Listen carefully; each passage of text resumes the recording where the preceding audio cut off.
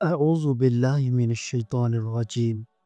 بسم اللہ الرحمن الرحیم۔ تمام دیکھنے اور سننے والوں کو السلام علیکم۔ ایک بار ایک سیاح بغداد میں آیا۔ اس نے گھاٹ گھاٹ کا پانی پیا تھا، کئی ملک گھوما تھا۔ جب وہ ہارون کے دربار میں حاضر ہوا تو اس نے خلیفہ کے وزیروں اور دانشوروں سے کچھ سوالات کیے، لیکن کوئی بھی ان کا جواب نہ دے سکا۔ ہارون اپنے مقربین کی نالائکی پر بہت شرمندہ ہوا۔ سیاح رخصت ہوا تو وہ اپنے وزیروں اور مشیروں پر برس پڑا، تم سب لوگ میرے لیے باعث ننگ و عار ہو۔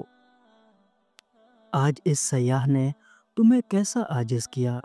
یوں معلوم ہوتا تھا جیسے تم اس کے مقابلے میں طفل مکتب ہو۔ درباریوں کے سر شرم سے جھک گئے۔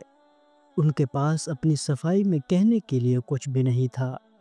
عتاب شاہی اور جوش میں آیا، کل اس سیاح کو دربار میں طلب کیا جائے گا۔ اگر تم لوگ اس کے سوالوں کے جواب نہ دے سکے تو تمہاری سب جائیداد اور مال و دولت اس کے حوالے کر دیا جائے گا۔ ہارون نے دربار برخاست کیا۔ درباریوں میں کھلبلی مچ گئی۔ ان کی پریشانی کا کوئی ٹھکانہ نہیں تھا۔ وہ سب ایک جگہ جمع ہو کر سوچنے لگے کہ بادشاہ کے عتاب سے کیوں کر بچا جا سکتا ہے۔ آخر ایک شخص کو اچانک یاد آیا اور خوشی سے بولا، دوستو، اس مشکل کو حل کرنے کے لیے ہمارے پاس بہلول جو موجود ہے، مجھے یقین ہے کہ وہ سیاح کو لاجواب کر دے گا اور اس کے سب سوالوں کے جوابات بھی ٹھیک دے گا۔ باقی سب لوگوں کی بھی جان میں جان آئی اور وہ سب مل کر بہلول کے پاس پہنچے۔ اسے تمام ماجرا سنایا تو اس نے انہیں تسلی دی کہ وہ اگلے دن دربار میں پہنچ کر سیاح کے سوالوں کے جوابات ضرور دے گا۔ اگلے روز دربار آراستہ ہوا۔ وزیر، امیر، مشیر زرعی کرسیوں پر بیٹھے۔ ہارون اپنے زرنگار تخت پر مطمئن ہوا۔ سیاح کو بھی ایک کرسی پیش کی گئی۔ ہارون نے اہل دربار پر نگاہ ڈالی اور بولا، تم میں سے کون اس معزز سیاح کے سوالوں کا جواب دے گا؟ اہل دربار نے آنکھوں ہی آنکھوں میں ایک دوسرے کی طرف دیکھا کہ بہلول کا نام کس طرح لے، کہیں اس کا نام ہارون کو ناگوار نہ گزرے۔ کہ اسی وقت بہلول کی آواز گونجی، یہ دیوانہ حاضر ہے۔ اہل دربار کو زحمت کرنے کی ضرورت نہیں۔ وہ اپنی لاٹھی پٹکتا گدڑی شانے پر ڈالے داخل دربار ہوا اور سیاح کے قریب جا بیٹھا۔ ہارون کچھ ہچکچایا، لیکن پہلو میں بیٹھے ہوئے وزیر نے اس کے کان میں کچھ کہہ دیا جس سے اس کے چہرے پر اطمینان کی جھلک نظر آئی۔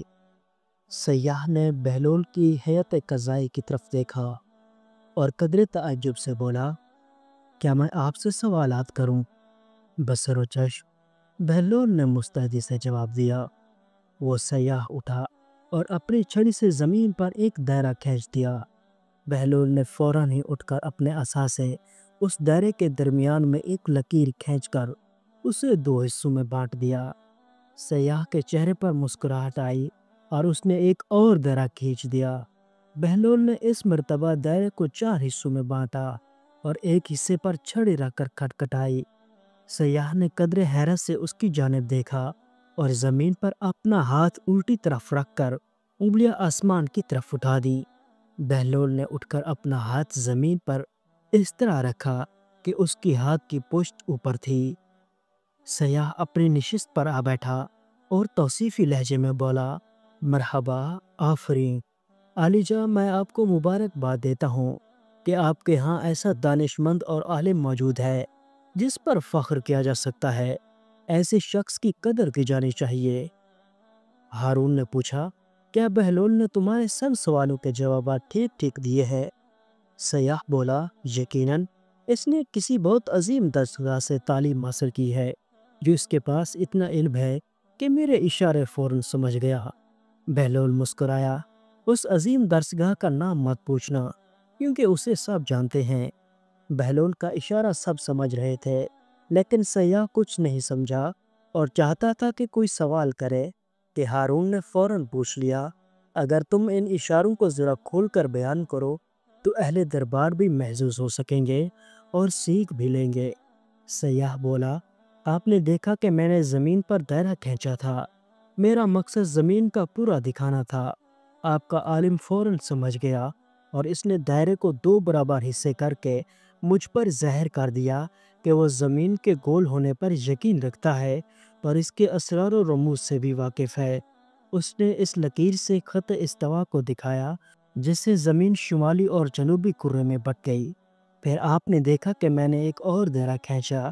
آپ کے عالم میں اس کے 4 حصے کر کے مجھے سمجھا دیا کہ زمین میں 3 حصے پانی اور 1 حصہ خشکی ہے، اور جب میں نے اپنے ہاتھ کی انگلیوں سے زمین پر اگنے والے نباتات کی طرف اشارہ کیا تو اس نے بارش اور سورج کی نشاندہی کی جو نباتات کی بالیدگی اور نشو و نما کا ذریعہ ہیں۔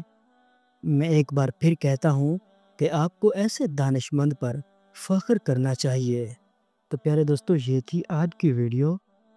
اگر آپ اسلامک ویڈیوز دیکھنا چاہتے ہیں تو اسلامی بندہ یوٹیوب چینل ضرور سبسکرائب کریں۔ اللہ آپ سب کا حامی و ناصر ہو۔ اللہ حافظ۔